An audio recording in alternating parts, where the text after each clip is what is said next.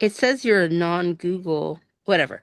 I just sent you something, but then what Okay. I was just as a future agenda, I want to share with you some of the just ideas really quick. Maybe we can put them on your board and we can have this conversation in our next meetup, Okay, I got it. which Yes. which let's see, I wrote down uncanny. Okay, these are this is my stream of thinking around this, and I thought is very interesting is first the discussion of this Freudian idea of the Unheimlich or the Heimlich, and this the things that are currently occurring uh in the world and how I Mm. would align with the conversation, which of course we all know Mary Shelley's Frankenstein and this idea of technology and man and the intermingling.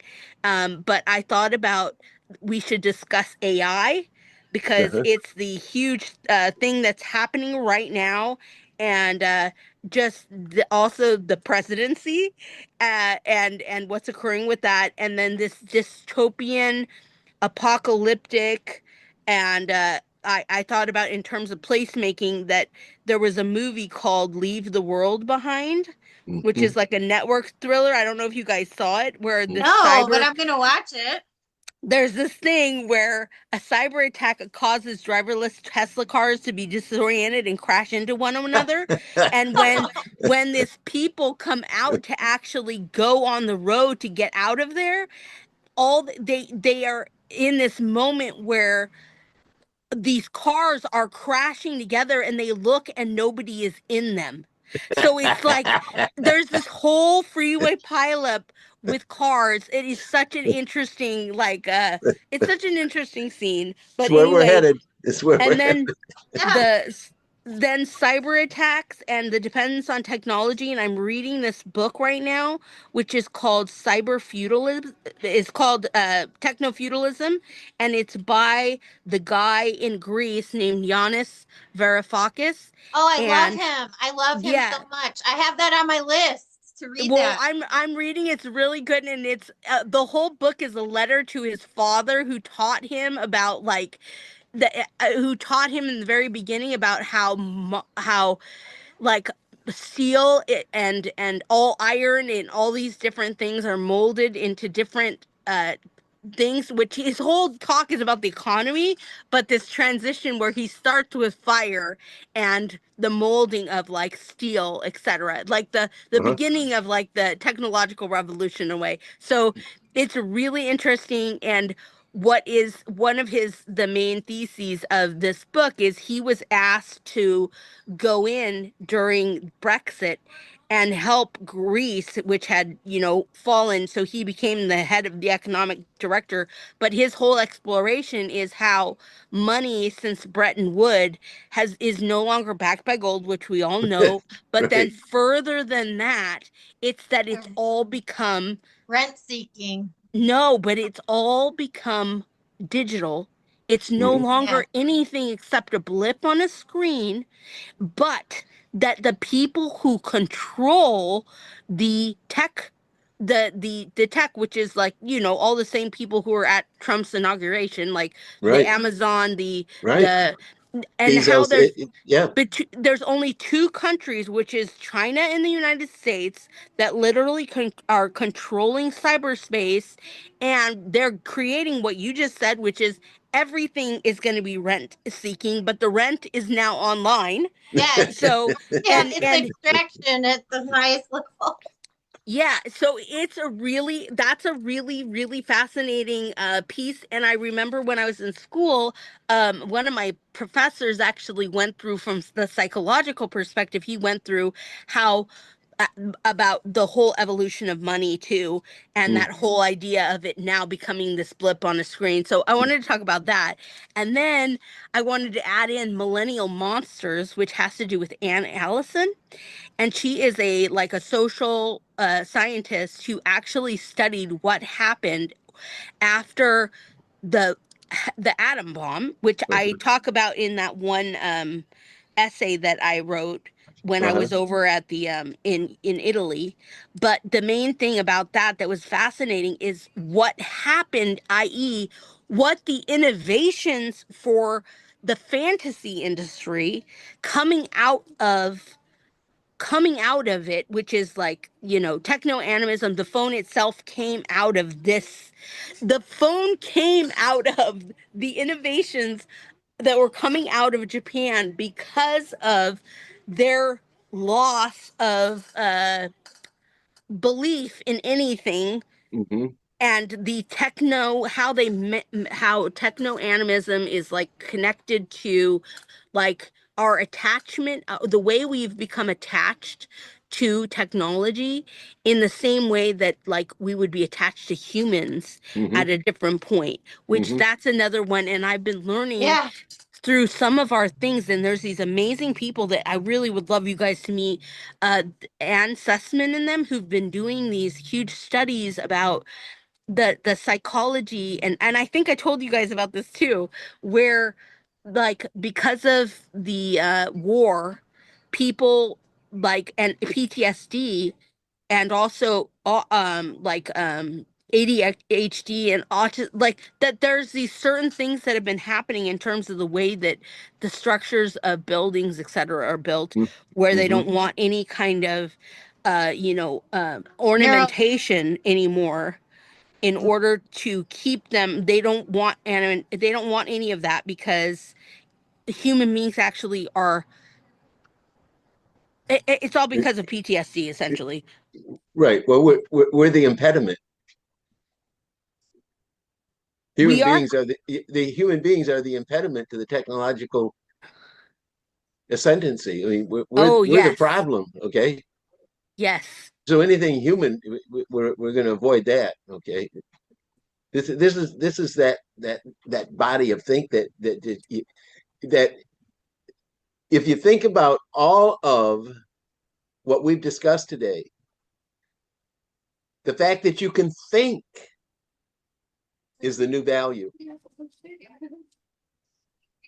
Nothing else. If humans are to survive. And for 4 or 5 decades, we haven't been teaching thinkers. No. No. As a matter That's of why fact, that's why this we're in the trouble this that we're this in. is the technology. Like, AI can become the technology where thinking actually goes by the wayside. Exactly. Right. Thank God. Exactly. But you have Yeah. to be able to think to use it. Yep. And therein is our problem.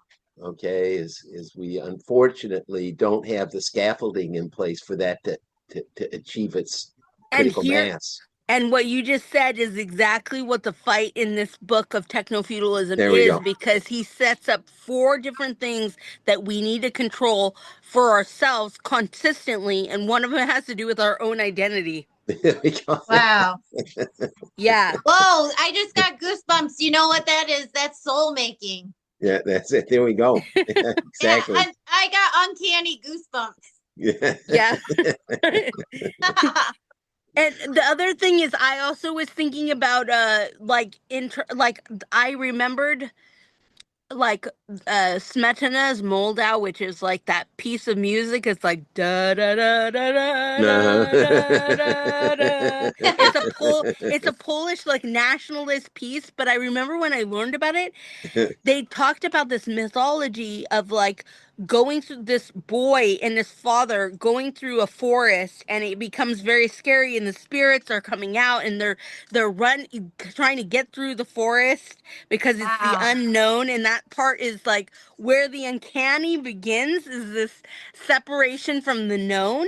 And so anyway, I also, I wanted to like, that was another thought that was coming up for this talk. And then I got to and take this phone call. okay. Okay. All right, good talking to you. Oh no, No, we're not. no, go ahead. Stay with it. Yeah, we'll Oh, be okay. back. Yeah, we'll be back. And then the last thing was, I was also thinking about because of the Japan thing, this writer whose name was Lefcadio Hearn. Have you heard of him? No.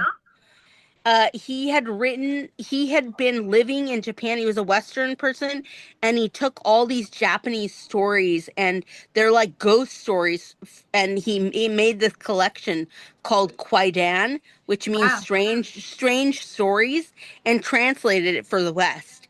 Wow. But I remember the book is interesting, and it's so You'll call back. distinctively different Yeah. than what, like, the way we understand this fascination with the West versus the East, and how the distinctive, how together I believe that all that these systems would be more balanced if we could understand how the development was different in each place. Wow. Yeah. Yeah. I just wanted to add to that with Jim coming back and that he might have missed it, but Madeline was bringing up Japan Uh-huh. and And a this collection, yeah, and a this collection. man, you may know him. It's Lefkadio Hearn, who was a prominent, like, journalist and writer who lived in Japan, and he gathered like traditional Japanese ghost stories, and Hmm. he translated them for a Western audience. And so these folklore and featuring like supernatural creatures um, from Japan and the ideas of that culture, Hmm. I just think are very another part of the, you know, again, Scenario. Yeah, the Right. uncanny in which the West and the East have never really married each other in thought processes in a lot of ways. And I that's feel like one of the big barriers and ways that we could innovate is if we really, I mean, people have been trying to share these different ideas, the different way of thinking of East Right. and West, but I Right. feel like we still have a lot of work to do. We're there. young. This is. We're young. Young in the West is. I was We're going to bringing, celebrate 250 years.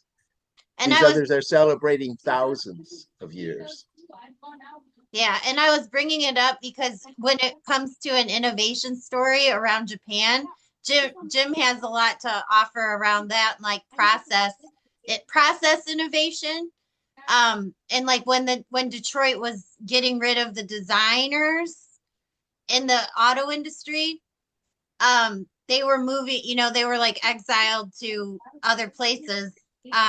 But Jim was working with Japanese culture, and there were Edward Deming ended up working directly with Japanese automakers and making like total quality management, and like, and the process is but our auto industry got rid of innovation and got rid of design.